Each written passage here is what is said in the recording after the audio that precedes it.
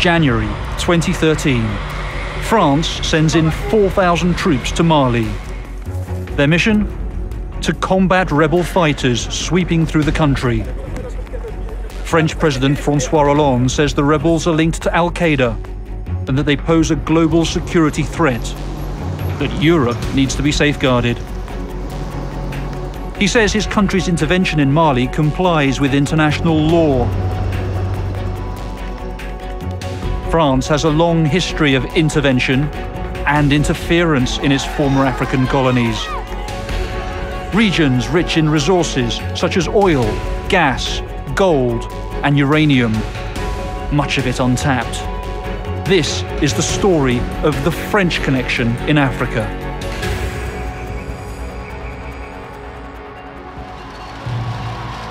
In 1960, most French colonies of sub-Saharan Africa gained independence.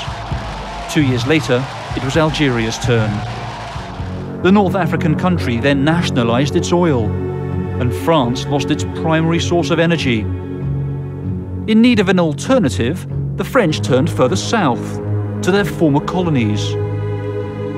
No longer colonial masters, they adopted a policy known as France-Afrique, maintaining Africa's dependence on France and ensuring energy supplies by supporting oppressive regimes and running a covert network of oil companies and secret agencies. The policy was initiated by the French president, Charles de Gaulle.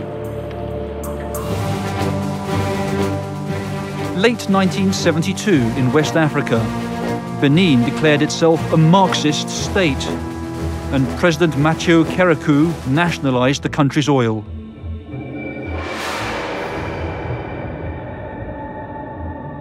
Au Bénin, il y avait un président, Kérékou, qui à l'époque était communiste. Mais ensuite, il n'est pas resté communiste longtemps, il est devenu tout à fait normal. Enfin bon, toujours est-il que le gouvernement français avait vu d'un œil assez favorable qu'un commando puisse être organisé pour changer le gouvernement au Bénin. Bob Denard was a French mercenary responsible for the operation. He took instruction from French ambassador Maurice Delaunay. Bob Denard, il avait déjà roulé pas mal en Afrique, il avait fait des tas de trucs.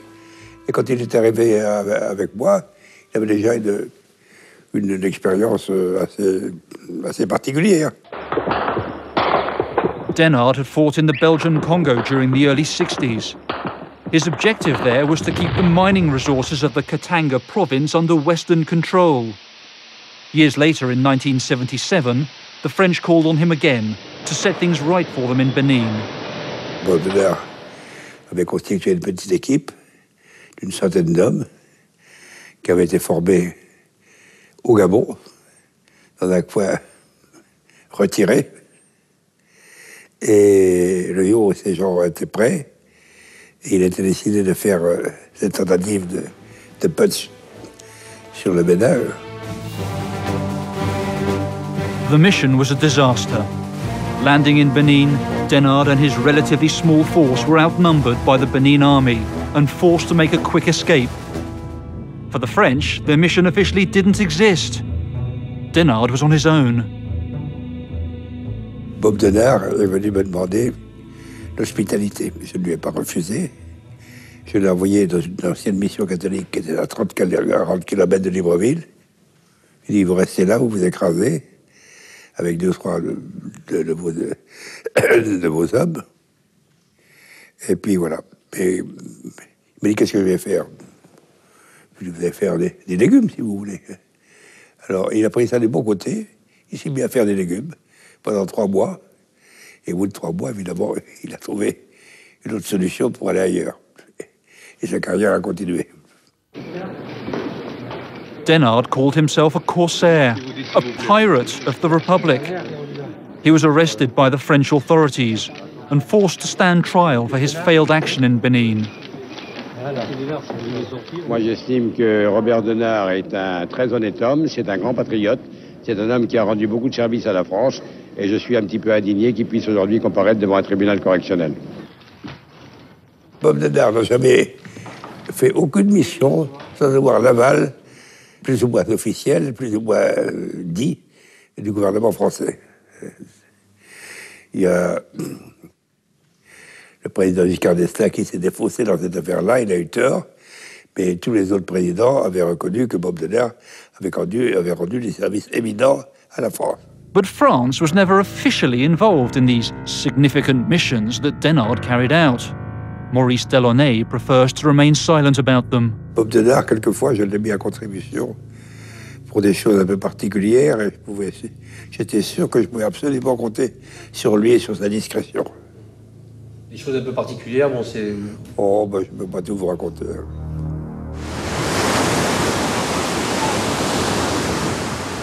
In May 1974, Valéry Giscard d'Estaing became president of France and soon developed a strong interest in Africa.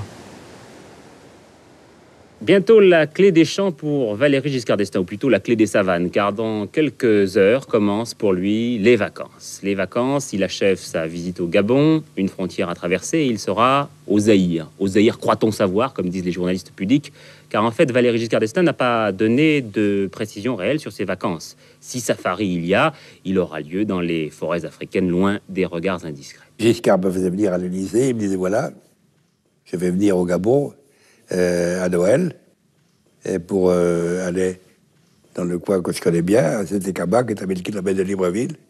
Il venait chasser et pêcher. Il restait 15 jours. Et pendant 15 jours, il vivait au cœur de l'Afrique, au milieu des Africains. Il avait l'occasion quand même de les rencontrer, de parler avec eux. C'était quand même un fait important.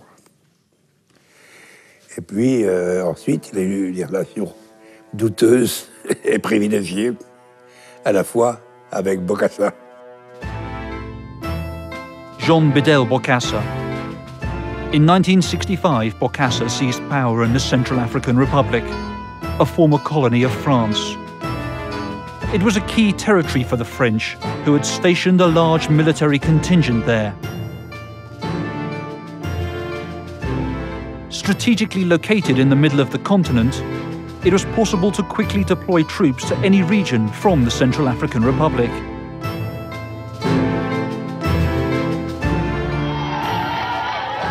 Valéry Giscard d'Estaing has strong ties with Bokassa and would regularly travel to the Central African Republic on extended safaris. Bokassa, premier empereur de Centrafrique. Charles de Gaulle had called Bokassa the Daredevil. An autocrat, in 1977, he decided to declare himself emperor of his country. The coronation ceremony is said to have cost $30 million and was subsidized by France. On a beaucoup reproché à Giscard d'avoir laissé faire Bokassa, d'avoir laissé devenir empereur, ce qui était une mascarade épouvantable, puisque le jour du sacre, aucun chef d'État n'a voulu venir à Bangui. Ils n'ont envoyé que des ambassadeurs, alors que la France était représentée par son ministre de la coopération. The French saw Bokassa's actions as damaging to their image. Plusieurs chefs d'État africains se sont tournés vers la France en disant ça ne peut pas durer, on ne peut pas garder M. Bokassa comme père et il faut que vous fassiez quelque chose. Donc le président Giscard d'Estaing, je pense que ce n'est qu'à son niveau que la décision a été prise, a décidé de mettre quelqu'un à la place de Bokassa. France pulled back its support for Jean Bedel Bokassa. The emperor then turned to Muammar Gaddafi. At the time, France was at loggerheads with the Libyan leader, as both countries vied for control of Chad. Paris severed links with Bokassa and began to plot his replacement. Il y avait à ce moment-là, sous protection française, plus ou moins rapprochée, 3 leaders qui se disaient présidentiables, au moins. Qui vivait en France. Qui vivaient en France, à Paris. Il y avait M. David Dacko, qui avait été président immédiatement après l'indépendance, je crois, qui n'était pas très chaud pour être président. M. Bozizé ayant été ministre de l'empereur Bokassa, Paris était plutôt réticent. M. Patassé avait eu des propos à plusieurs reprises contre les Français très désagréable. Et donc, il a été retenu que M. David Dacko serait l'heureux élu. David Dacko was dispatched to the Central African Republic. He flew from Paris on the 20th of September 1979, accompanied by 2 French Secret Service officers. It was the beginning of Operation Barracuda. Dacko's plane landed in the capital of the Central African Republic, Bangui, while Emperor Bokassa was visiting his new friend Gaddafi. Welcomed by a dozen more French Secret Service officers, Dacko was immediately driven to the presidential palace, and the coup was announced. Messieurs, bonsoir. Il n'y a plus d'empire centrafricain, il n'y a plus d'empereur, il n'y a plus de Bokassa Ier. Le dictateur de Bangui a été limogé cette nuit. C'est en Libye qu'il a appris sa déchéance, et c'est donc là que, provisoirement, il trouvait refuge aux côtés d'un autre. A month later, the French newspaper Le Canard Enchaîné exposed something called the Diamond Affair on its front page. A document signed by Jean Bedel Bokassa reportedly proved that French President Valéry Giscard d'Estaing had accepted a plate of diamonds from Bokassa while on safari in 1973. Giscard d'Estaing was serving as Minister of Finance at the time.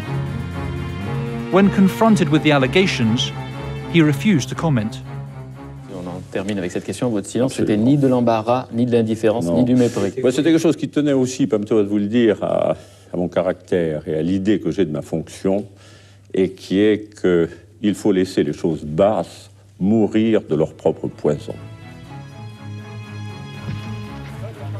This vague answer was seen by some as an admission of guilt. The French president was accused of having launched Operation Barracuda solely to recover documents pertaining to the famous diamonds in Bokassa's palace.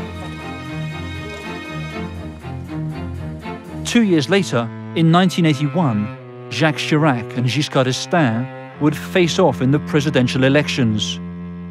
The Bokassa diamond affair would haunt Giscard d'Estaing's campaign.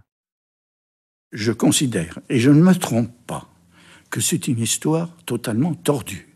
Mais totalement tordue. Dessous, on le sait très bien, c'est une lettre qui a été faite par Chirac pour monter cette affaire. Ceci, je crois qu'on ne peut pas le contester. Et ça a coûté à mon avis, l'élection n'a pas marché à cause de cela.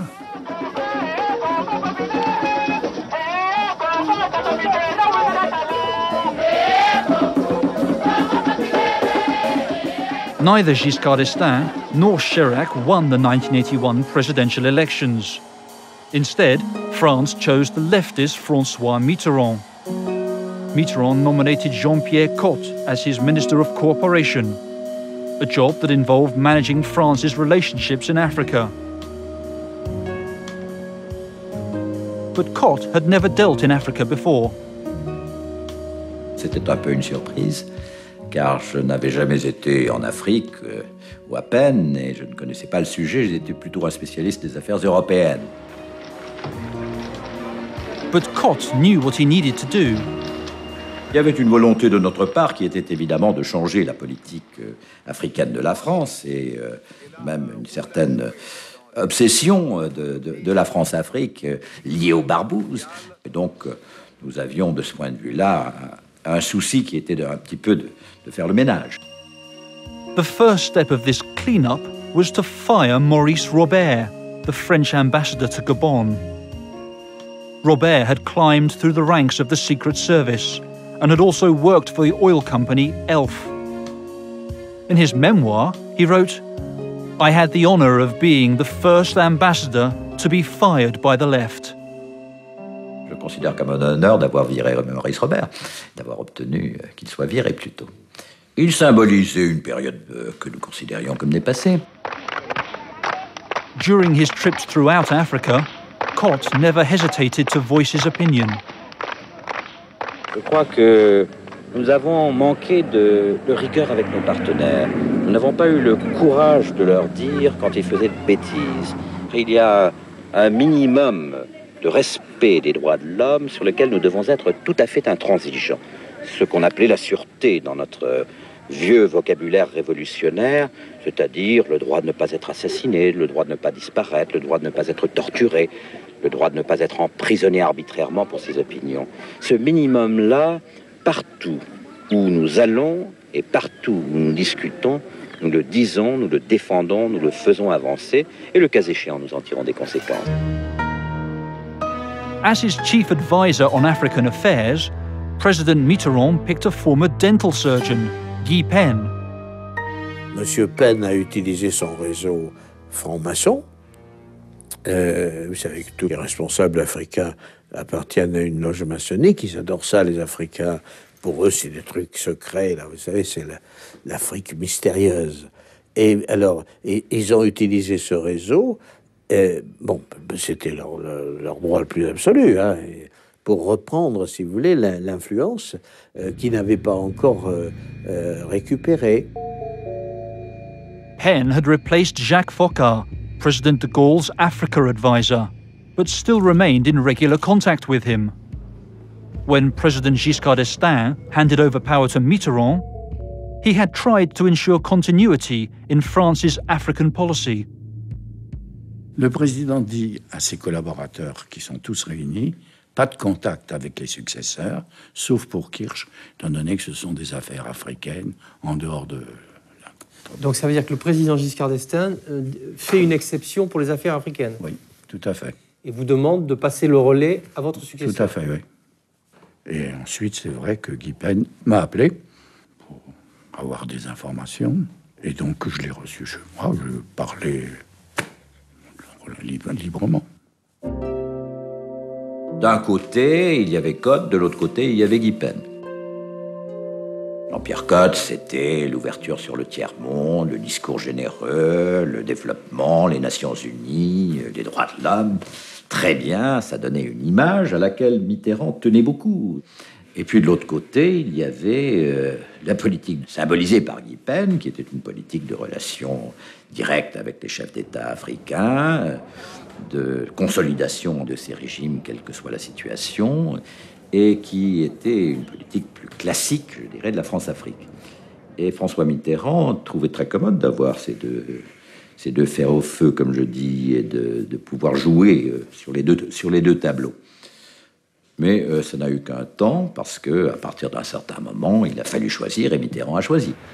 Monsieur Christian Nucci est nommé ministre délégué auprès du ministre des Relations extérieures, chargé de la coopération et du développement, en remplacement de monsieur Jean-Pierre Cotte. Je reçois un coup de fil de Pierre Mauroy, qui me dit « Jean-Pierre, est-ce que tu veux être ambassadeur à Madrid ?» Je lui ai répondu tout simplement « Non, Pierre, je préfère retourner à l'université. » In 1981, Mitterrand nominated as head of the French Secret Service a man who, on arrival, discovered Foccart's extensive African networks. Je découvre effectivement qu'il y a un réseau très puissant d'influence, de renseignement et d'influence dans les principaux pays africains francophones. Le point où il avait mis le paquet maximum, c'était le Gabon. Bongo avait dans son entourage des gens qui étaient directement manipulés par Elf ou par Foccart ou par les deux. Any ambition Jean-Pierre Cotte had to clean up the French-African connection was cut short in 1986. That year, Jacques Chirac was appointed as Prime Minister, and François Mitterrand remained President.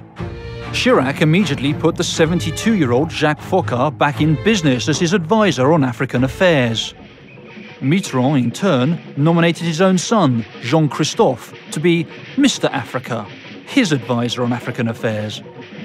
En 86, Guy Pen a été élu sénateur, donc le poste était libre et mon père a décidé de me nommer à sa place.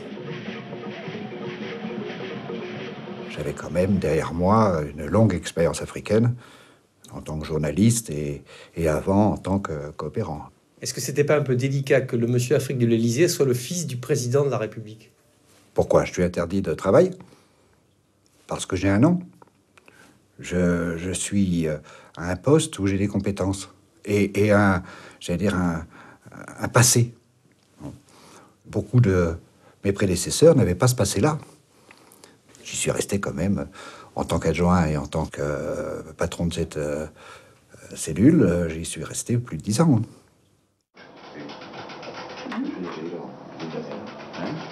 African presidents didn't mind François Mitterrand's nepotism.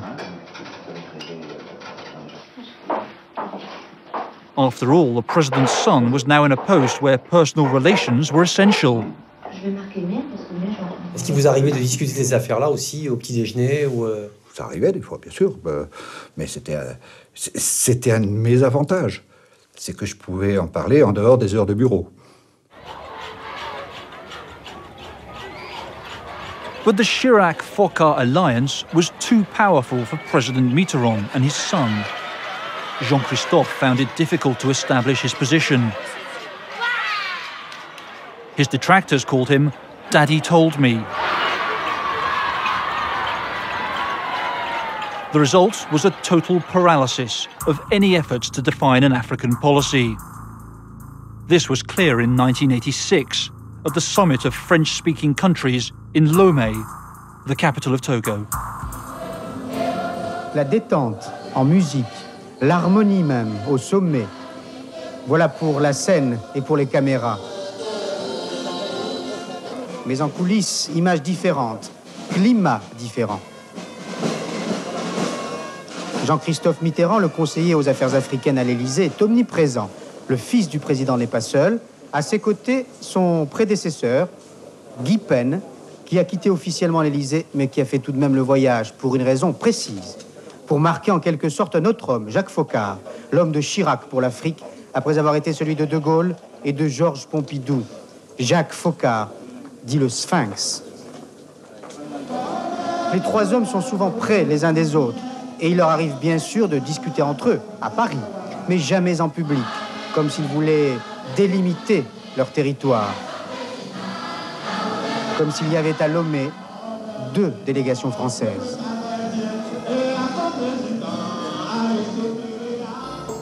In 1988, François Mitterrand was re-elected for a second 7-year term. France was still in vital need of African resources, but 2 events drastically changed its position.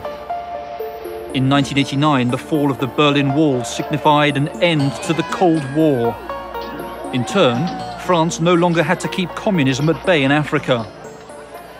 A few years later, France's oil giant, Elf, was hit by a scandal of epic proportions. It led to one of Europe's biggest fraud inquiries and revealed the extent of corrupt oil money within France.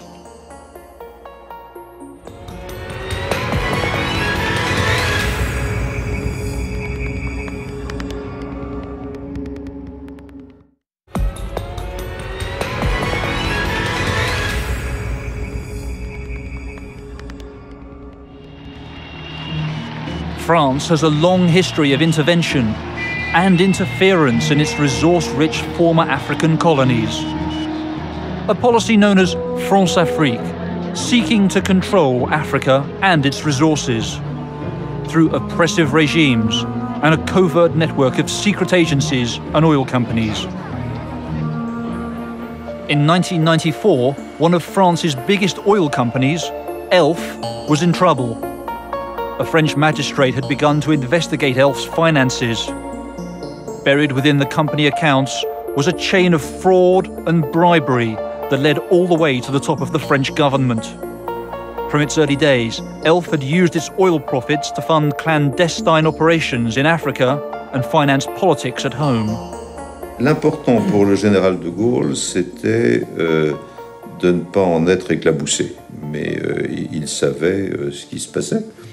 Donc il n'y a aucun secret sur ce qui est fait, secret vis-à-vis du public, mais vis-à-vis du gouvernement, du président de la République et du ministre du Budget, non. Les gens allaient voir le président d'Elf pour avoir des enveloppes correspondant à leur élection ici ou là. Bon, et beaucoup d'hommes politiques français aujourd'hui ont bénéficié de ce système, ce qui leur a permis de faire une carrière brillante. On sait très bien. Laurence Soudet worked for François Mitterrand. She was sent to the General Secretary of Elf shortly before the 1965 elections, when Mitterrand first ran for president against the incumbent Charles de Gaulle. Il m'a donné une enveloppe et comme je le connaissais bien, on a parlé un peu. Moi, je connaissais pas du tout le système. Et il m'a montré, même, vous voyez, ça, c'est pour les deux autres candidats. Après, second tour arrive, on avait fait quand même 32%. Alors là, j'arrive, et là, c'était une valise. Je me souviens, j'arrivais en métro.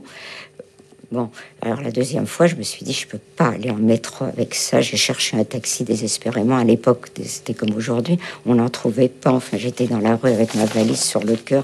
Enfin, je me souviens, c'était angoissant. J'ai dû y retourner une ou deux fois pour des législatives. Et là, c'était des enveloppes nominatives à tel ou tel député. Petites enveloppes nominatives.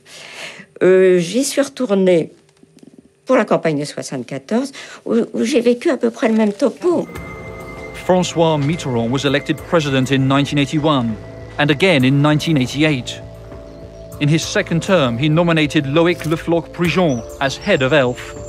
The new CEO discovered the extent of the secret financing system.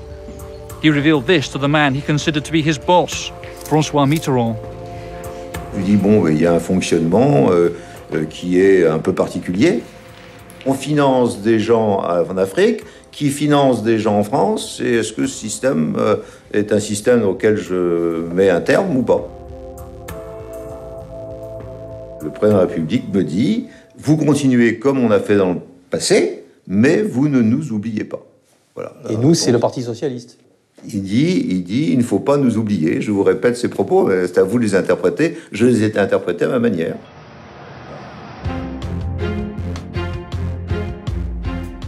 ELF had devoted considerable sums of money as kickbacks to African leaders. And for years, this went on unhindered. Finally, in 1994, things came to a halt. A formidable system of corruption was revealed, and the repercussions of the scandal hit hard in France. But in Africa, the impact of the scandal was magnified by the consequences of something that had happened 5 years earlier. The fall of the Berlin Wall reverberated throughout Africa. The end of the Cold War rendered France's mandate on the continent redundant. They could no longer justify their presence as guardians against the communist threat. And just like the wall, France's monopoly over the energy markets of its former colonies began to crumble. The United States, other European powers, and particularly China, all moved in for their share of Africa's mineral riches. But the fall of the Berlin Wall also became a symbol of hope and freedom for the continent. For many Africans, this was an opportunity for true independence. President Mitterrand tried to adapt to this new course of history and the sentiment it carried. In 1990, at the French-African Summit in southern Brittany, Mitterrand's rhetoric was unprecedented. Multipartisme, liberté de la presse, indépendance de la magistrature, pas de censure. Voilà le schéma. C'est la direction qu'il faut prendre. The sentiment spread through the former colonies like wildfire and led to so-called national conferences, a series of summits in French-speaking African countries, organized by pro-democracy groups. They questioned military dictatorships, one-party systems, forced imprisonment, and human rights abuses carried out with French complicity, even support. Venez marcher avec nous pour qu'ensemble nous luttions, pour qu'ensemble nous renversions le despote, le dictateur Bongo. After the loss of Algeria, Gabon had become ELF's stronghold in sub-Saharan Africa. Gabon's president, Omar Bongo, a man who had held power for nearly 30 years with French support, now faced growing opposition. It was the suspicious death of one of Bongo's political rivals that eventually ignited an uprising. Un des leaders de l'opposition, Renjambe, meurt dans un hôtel. Et les Gabonais disent c'est Bongo qui l'a tué. C'est Bongo qui l'a tué, c'est Bongo qui l'a tué. Ils prennent des machettes, ils courent, paf, ils foutent le feu à l'hôtel. ELF became the focus of popular anger. A riot broke out at the company's Port Gentil facility. peuple texan. Le régime de Bongo. La victoire Bongo doit partir du pouvoir. Maintenant, nous ne reculerons jamais. 4 ou 5 de mes employés sont dénudés, on leur met une pancarte, disant que ce sont des épouvantables individus et on les fait défiler dans la ville pendant toute la journée en prenant des photos et en mettant la télévision. Je trouve ça un peu désagréable. Ce sont mes employés, j'en suis responsable. Par conséquent, je dis au président Bongo, si vous n'êtes pas capable de réagir, je réagis. The CEO of ELF decided to close down the oil facility. Bongo, c'est la seule fois où je l'ai vu accuser le coup. Il a senti que l'autorité lui échappait. Parce que Port-Gentil brûlait, les puits étaient fermés, Libreville était sous couvre-feu, il n'avait pas la capacité à reprendre avec son armée, son système, l'autorité. Et il était un peu désemparé. As power slipped through Bongo's fingers, Paris considered dropping him in favor of an opponent. Bongo was infuriated. Ce n'est pas parce qu'il y a des manifestations de rue que cela doit mener la fin des règnes. Moi, je ne me laisserai pas faire. Nous sommes décidés à mettre de l'ordre, quel qu'en soit le prix. C'est tout. Omar Bongo fought back by asserting his own influence in Paris, particularly through the French foreign minister. He threatened to hand over Gabon's resources to the Americans unless ELF reopened the oil wells. The French realized Bongo wasn't bluffing. Alors la Légion est arrivée, ils ont dégagé Port-Gentil, le bataillon parachutiste français qui est à Libreville a réussi mission de sécuriser les quartiers où sont les Européens. Tout ça s'est rentré à peu près dans l'ordre et le président Bongo a repris du poil de la bête. La France, militairement, a aidé Bongo et a aidé son pouvoir. Omar Bongo stayed in power. ELF reopened the oil wells and the money flowed once more. The Gabonese president had won his trial of strength with Paris. His victory was a reversal in the balance of power between France and its former colonies. The oil company ELF also had its tentacles elsewhere, in the Republic of Congo or Congo-Brazzaville in Central Africa, which had substantial oil reserves. From the late 70s, the country had been governed by a regime headed by President Denis Sassou Nguesso. By the early 90s, the wave of national conferences sweeping Africa had hit Congo-Brazzaville. The country adopted a new constitution that removed the regime's Marxist leading ideology and brought in democratic multi-party politics. President Sassou Nguesso, a man from an ethnic minority in the north of Congo, had little chance of winning the country's first free democratic election. But the president had been ELF's man for years. For the company directors, deposing him was out of the question. They needed a solution, and it was to be found in Pascal Lissouba, a former prime minister. ELF's directors suggested he run as a presidential candidate. Lissouba had been out of politics for a long time, and ELF saw him as easy to control. He came from an ethnic majority in the south of the country, and his allegiance to Sassou Nguesso brought votes from the northern ethnic minority. Once Lissouba was elected, ELF's plan was to bring some of Sassou Nguesso's men back into government, keeping the status quo and Sassou Nguesso in de facto rule. So ELF financed the Lissouba campaign. Il m'aidait sous les instructions de M. Bongo. J'ai acheté une trentaine de Land Rover pour ma campagne. Je n'aurais jamais pu le faire moi-même. Et puis, il y a eu quelques voyages que j'ai effectués. Et puis voilà, c'est tout. Ont obtenu Pascal Lissouba, 506 395 voix, soit 61,32%. C'est bien Lissouba qui est élu. Et à ce moment-là, Lissouba rompt l'accord avec M. Sassou Nguesso. Pascal Lissouba decided to rule on his own. He went on to strengthen his power by winning the legislative elections a few months later. But he needed money. He needed to pay for the campaign, and especially the military that hadn't been paid in months. Lissouba approached Elf, offering future oil deliveries in exchange for finance. Concrètement, Lissouba vous demande de l'argent pour sa campagne législative et vous refusez. Absolument. Parce qu'il ne respecte pas cet accord passé avec Sassou. Absolument. Monsieur Lissouba, comme je vous l'ai dit, veut le pouvoir tout seul. Bon, et je ne l'aide pas à avoir le pouvoir tout seul. J'ai compris que ce que voulait-il que je tombe et que probablement M. Sassou revienne au pouvoir. Bon, mais... Rejected by Elf, Lissouba approached their rival, the US company Oxy, and reportedly signed a secret agreement giving the Americans a foothold in the Congo. Lissouba was allegedly paid $150 million in return for 10 years of oil production. The money helped him to win the legislative elections.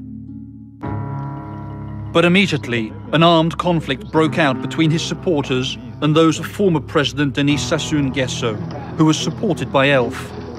The two rivals and their militias dragged the country through 3 periods of civil war, from 1993 until 1997.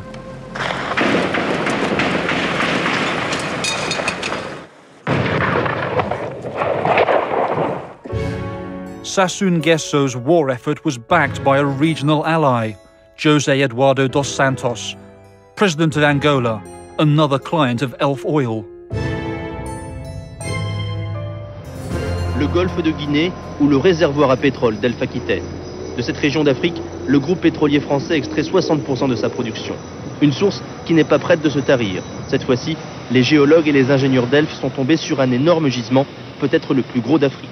Découvert à 200 km au large des côtes angolaises. On l'a baptisé Dahlia. Dahlia, c'est un potentiel de 3 milliards de bidons de pétrole, un véritable Eldorado par 1300 mètres de fond. Angolans themselves had endured years of civil war and instability. This instability hampered oil extraction. Elf provided President Dos Santos with the necessary finances to remain in office. Là, c'est clair, oui, on aide le président Dos Santos à rester au pouvoir. Oui, bien sûr. After defeating his enemies at home, Dos Santos' army rushed to Congo-Brazzaville to the rescue of Sassou Nguesso. With the help of Angolan forces, Sassou Nguesso reinstalled himself in the presidential office of the war-ravaged Congolese capital. He had regained his presidency through French intervention. Congo was stable again, and oil production resumed. But something had changed in the relations between France and this oil-producing country. In 1997, this was made clear to the CEO of Elf at the time, Philippe Jaffray, when he arrived in Congo after the fighting had ended. Brazzaville était dévastée et je lui ai réservé un accueil chaleureux, mais il était quand même nécessaire que nous fassions l'état des lieux. Il n'y a pas eu d'accord et chaque partie essayait de défendre son point de vue. Elf's man in Congo had had a change of heart. The oil company had regained its foothold in the country. But the president, whom they'd helped to return to power, would no longer take orders from them. Congo was not the only place where Elf's luck had begun to run out. Allegations of fraud and bribery that came to light in 1994 had further weakened the company's position. Reports of hidden money and diverted funds had led to an investigation by France's Stock Exchange Commission. A textile company listed on the French Stock Exchange under the name Biedermann would become key to Elf's unraveling. Lorsque j'ai découvert dans les comptes de Biedermann une participation importante d'Elf, je ne comprenais pas pourquoi la Société nationale de pétrole investissait dans une société de textile en difficulté et des montants aussi importants. In 1992, Elf had invested 120 million euros in Biedermann. A large part of that money went to one of its factories in Corrèze, an area seen as the stronghold of France's former president Jacques Chirac. This money was invested in the months leading up to France's legislative elections in 1993, a vote that Chirac's party would go on to win. The results were catastrophic for Chirac's political rivals. His old friend Edouard Balladur became prime minister, heading a new coalition with President Mitterrand, while Chirac prepared for the upcoming presidential elections scheduled for 1995.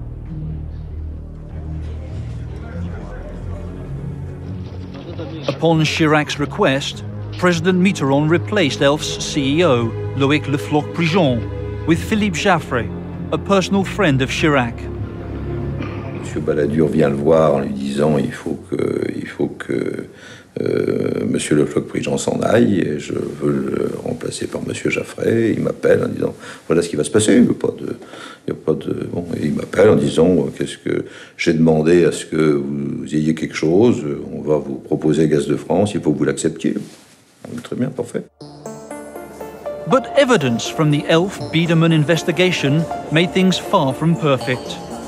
To protect himself from possible repercussions, Philippe Jaffray, ELF's new CEO, sued his predecessor, Prigent, in 1993. Jaffray's legal action added fuel to the Elf-Biedermann investigation. J'étais absolument à mille lieues d'imaginer ce que j'allais trouver. Pour moi, il était inconcevable que des ingénieurs à qui on avait confié la direction de la plus grande entreprise nationale, je concevais bien qu'ils se servaient de la carte de crédit un peu facilement et peut-être quelques avantages comme ça, mais qu'ils avaient pu mettre en place un système si performant et aussi systématique et alimenter autant de monde avec l'argent public. Ça, c'était un peu en dehors de ce que j'imaginais possible. The rivalry between Prime Minister Balladur and Jacques Chirac turned the case of embezzlement into a state scandal. The investigating magistrate traced the company's payments through a chain of fraudulent companies to many of France's leading corporate and political figures. A trial began in 2000. Eva Joly and her colleagues were protected by bodyguards around the clock. Ce qui frappe dans l'affaire Elf, c'est peut-être l'énormité des détournements. Nous parlons d'une époque qui commence à dater déjà, 89-92, donc c'est une époque de 3 années. L'équipe dirigeante avait réussi à détourner à peu près 6 mois de bénéfices. C'était de l'ordre de 3,5 milliards de francs à l'époque, donc 450 millions d'euros. Donc ça, c'est aussi le modus operandi, c'est-à-dire toutes les opérations qu'ELF faisait à l'époque avaient des pompes dérivatives pour alimenter des fonds secrets. ELF was floated on the New York Stock Exchange in 1991. By 1996, the French state had sold its stake in the company, but had retained a so-called golden share, which gave the government veto powers. Joly's investigation uncovered a network of fund misappropriation, from lavish expenses and unwarranted commissions to outright bribery. Money was also traced directly to African heads of state. Dans les barils qui sont produits, il y a une part de ces barils, une petite infime part, qui va directement au chef d'État. Libre à lui de l'utiliser. C'est libre à lui d'utiliser. Et à la tour d'Elf, nous avons pu établir des centaines de millions de francs qui arrivaient en liquide par porteur de Suisse. Et nous avons établi d'autres flux financiers qui passaient à travers les dirigeants des pays africains. Ensuite, les dirigeants des pays africains faisaient ce qu'ils souhaitaient, ce qu'ils voulaient avec cet argent. Et comme eux, ils ont le privilège d'être chef d'État en exercice, il est dans l'état actuel de l'état du droit international impossible ou extraordinairement difficile d'enquêter sur ce que le fonds devient une fois qu'ils sont allés dans la poche de Bongo ou les autres. 3 French magistrates pushed their investigation forward. Politicians panicked. To limit the naming and shaming of all those who'd benefited from Elf's secret funds in France and Africa, the company was liquidated. In 2000, CEO Philippe Jaffray agreed to a merger with another French oil and gas company, Total Fina. Elf and all its secrets became fully privatized, as it was absorbed by its smaller private competitor. Total, la petite société, mange la grosse et 85% des cadres de Elf s'en vont dans toutes les sociétés qui existent à travers le monde. Donc le résultat est clair. Elf a disparu. And so had any semblance of justice and accountability. France's biggest corruption scandal led to only a few short prison sentences and fines that many believe will never be paid. Elf's former CEO, Loïc Le Floch-Prigent, received a 6-month prison term. But the fall of the Berlin Wall and of the oil giant Elf had dealt a much more severe blow to the relationship between France and Africa. France would still play a role in its former colonies. But Africa had realized the French were no longer the only players, and it was time to show some of its own power.